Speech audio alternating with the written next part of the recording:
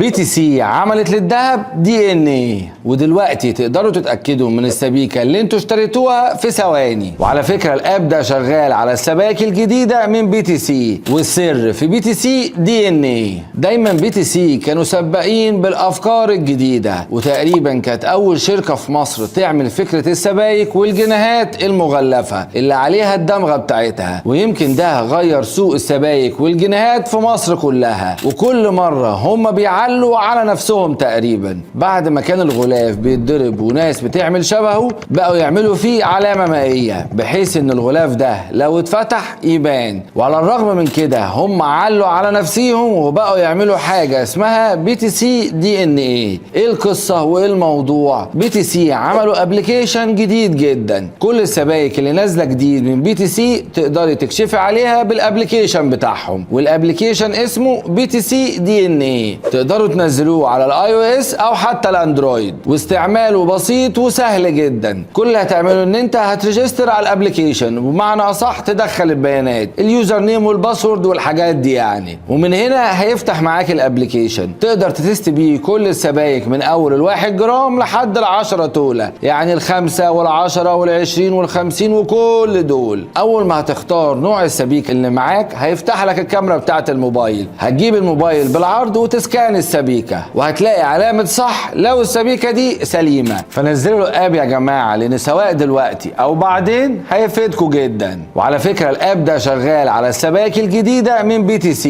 لو كانت السبيكة اللي معاك دي قديمة قبل ما الاب ده يشتغل مفيش مشكلة خالص، تقدر تحدث السبيكة وتخليها بنفس الميزة الجديدة عن طريق الموزع او التاجر، بس اكيد طبعا هتدفع تكلفة عشان تعمل الابديت ده. وبس كده، اكتبوا لنا في الكومنتس لو جربتوا الاب وايه الفيدباك بتاعكم. كان معاكم دكتور ياسر الطويل، وده الجواهرجي. سلام.